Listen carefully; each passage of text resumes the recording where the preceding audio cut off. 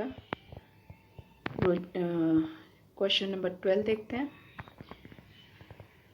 व्यवहार परमेश्वर की वही में रोजनामचा लिखिए। 2014 जून 1। हम एक एक करके, ये खरीद और बट्टा के हैं सारे, तो हम एक एक करके रोजनामचा लिखते जाते हैं। जून 1 रुपये 5,000 रोकड़ा और 10,000 माल स्टॉक तथा 15,000 का देनदार लाके प्रारंभ किया। हमने ये पूंजी और संपत्ति के व्यवहार में देख चुके हैं वापिस से। यहाँ पे तारीख, परमेश्वर का रोजनामचा, खाता पृष्ठ, उधार, जमा, रोकड़ खाते उधार, माल स्टॉक खाते उधार, देनदार खाते उधार और पूंजी खाते जमा 75,000। विवरण में लिखेंगे रोकड़, माल स्टॉक तथा देनदार से व्यापार प्रारंभ किया। ठीक है। अब दूसरा है, श्रीमती शारदा के पास से 12% की लोन 10% ब्याज से ली। शारदा की लोन है, लोन और ब्याज के व्यवहार है ये।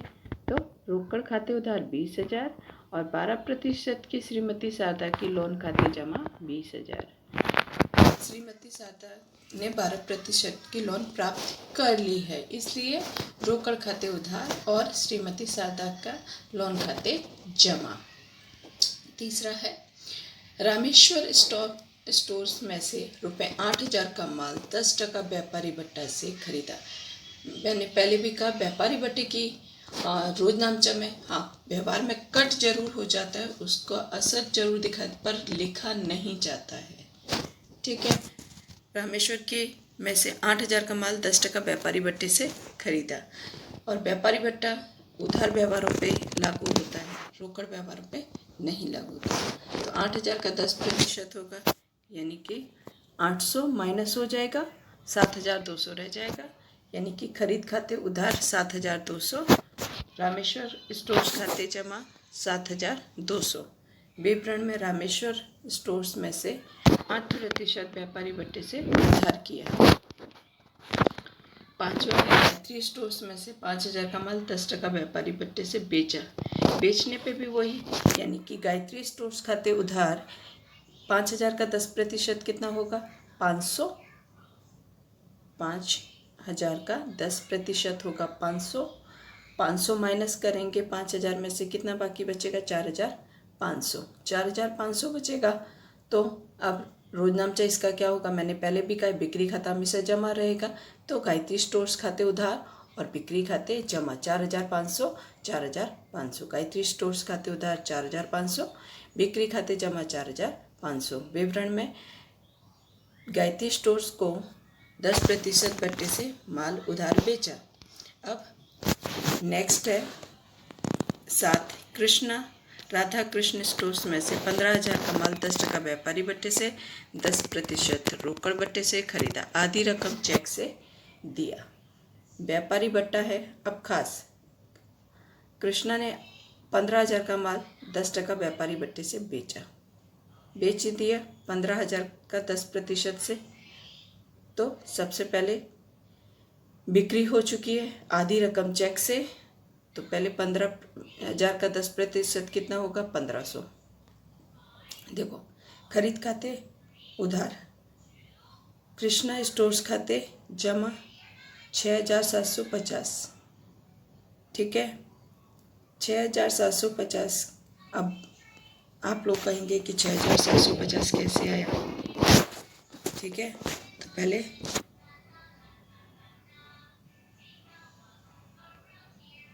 15,000 का 10% कितना आएगा, 13,500।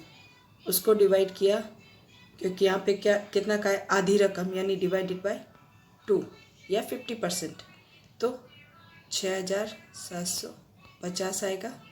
6,750 आया। इसमें क्या कहा गया है कि व्यापारी भट्टा 10%। तो हमारा व्यापारी भट्टा तक 13,500 का आधी रकम आ गई, 6,750। अब क्या कहा है कि आधी रकम चेक से दी है, पर वो रोकड़ भट्टा।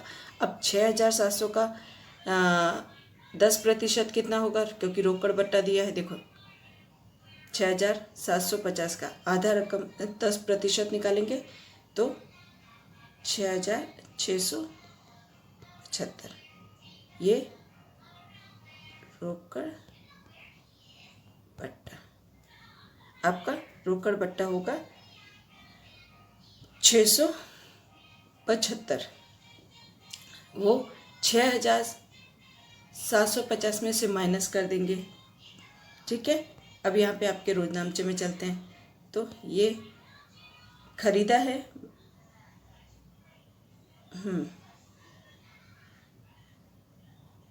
ठीक है, खरीदा है ये माल। तो खरीद खाते उधार 13,500 आया, बट्टा माइनस करने के बाद कृष्णा स्टोर्स खाते, क्योंकि आधी रकम अभी भी बाकी है, तो 6,750 आई। अब बैंक खाते कितना जमा, अब 6,750 का बट्टा जमा, रोकड़ बट्टा खाते जमा कितना है 675, उसमें से माइनस किया तो बैंक खाते कितना जमा है 6,075। और विवरण में राधा कृष्ण स्टोर्स से 10% बट्टे से और 10% रोकड़ बट्टे से राशि आधी रकम चेक दिया। ठीक है, ये विवरण लिखा।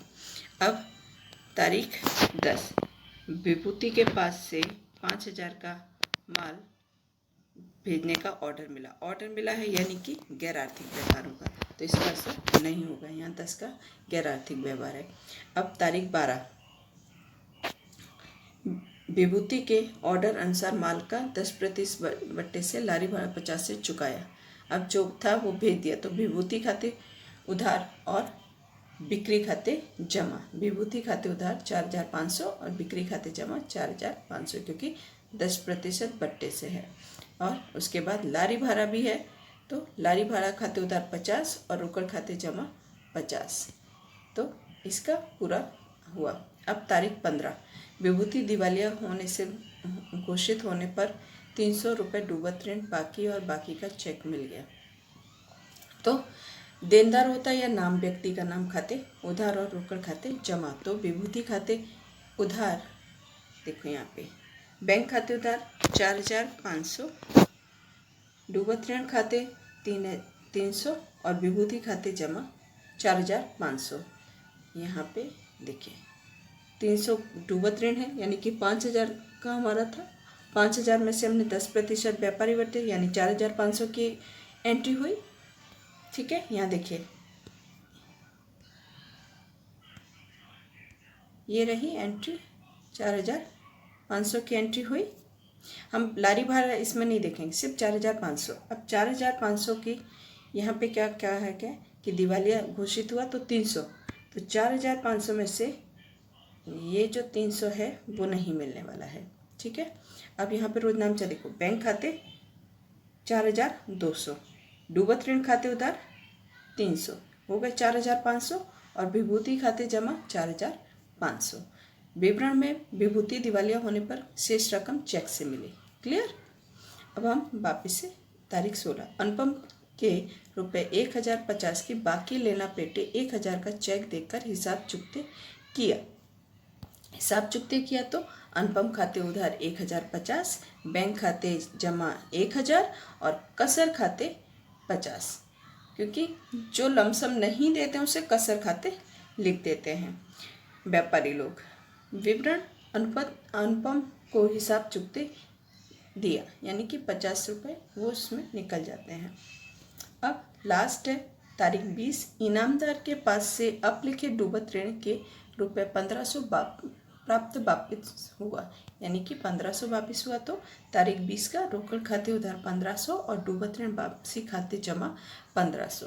विवरण में इनामदार से अपलिखित डूबत ऋण की वापसी प्राप्त हुई। अब यहाँ पे पूरे सवाल की टोटल करेंगे तो कुल योग कितना आएगा, 1,31,800, 1,31,800 टोटल होगा। ठीक है विद्यार्थी मित्रों, ये हमारे व्यवहार थे रोकड़ बट्टा और व्यापारी बट्टा के। यहाँ पे लगभग सभी तरीके के सवाल पूरे होते हैं, जिसमें माल संपत्ति क्यों, बैंक क्यों हो, उपज खर्च क्यों हो, रोकड़ बट्टा, व्यापारी बट्टा। अब एक और जीएसटी का सवाल अभी भी एक बाकी है, तो अब हम जीएसटी से रिलेटेड, क्योंकि इन सब में हमने जब स्टेट वाइज चेंज होता है, हर राज्य का, केंद्र का, उसमें कितना टैक्स लगता है और कुल कितना होता है, तो उसका हम एक सवाल देखते हैं।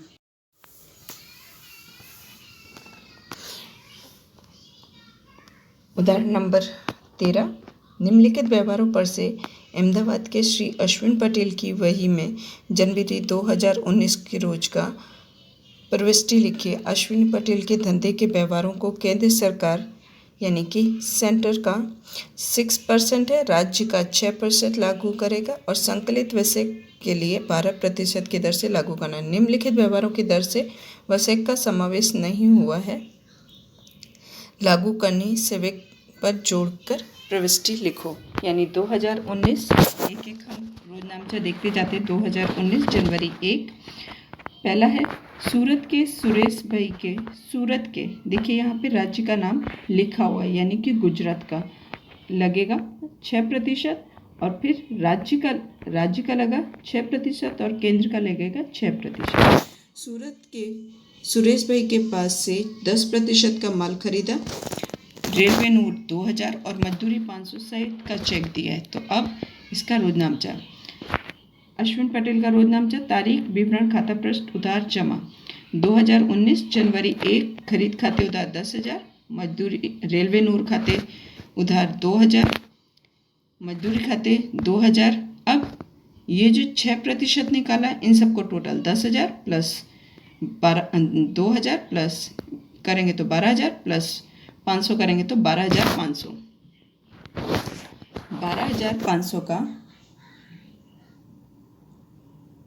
12,500 का 6% निकालेंगे तो कितना आएगा?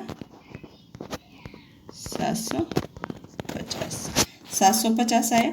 वो आवक पूर्ण केंद्र का होगा 750, उतना ही हम राज्य का लगाएंगे तो 750। तो दोनों का आवक पूर्ति केंद्रीय वसेक खाता उधार 750 और राज्य का 750 और उसके बाद बैंक खाते जमा 14,000, वसेक के साथ माल की खरीदी हुई उसका। ठीक है। अब दूसरा रोजनामचा,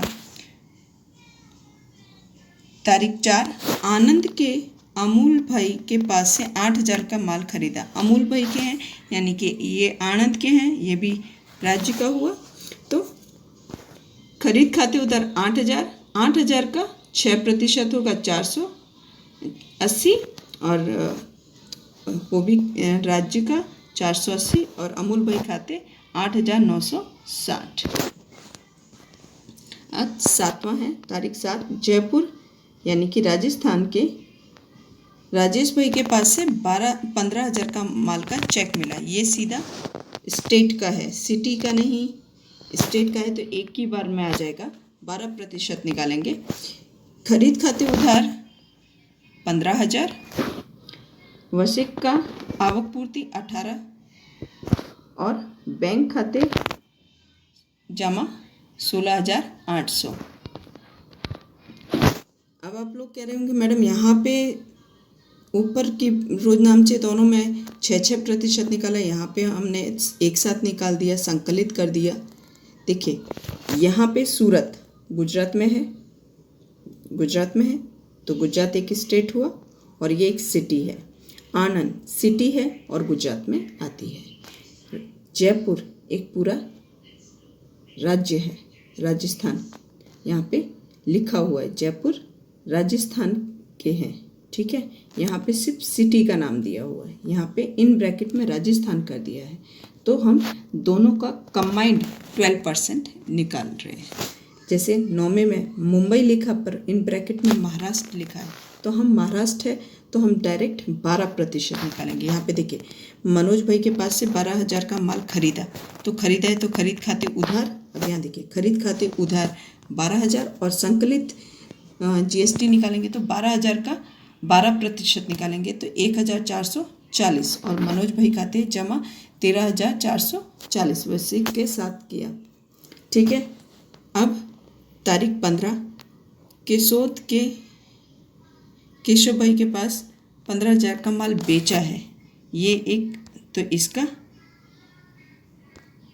देखिए अमूल भाई के पास खाते उधार 2,240 खरीद वापसी खाते 2000 और केंद्र का, क्योंकि 2000 का 6% 120, राज्य का 120, माल खरीद वापसी आया उसका, ठीक है। जबकि 17 तारीख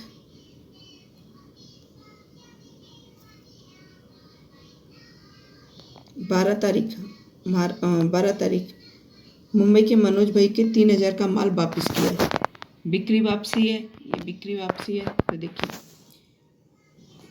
12 तारीख मनोज भाई खाते, देखो बिक्री वापसी खाते जमा, खरीद माल वापसी हुआ तो 3000, उसका 6% निकाला तो आ गया, और 3360 मनोज भाई खाते जमा।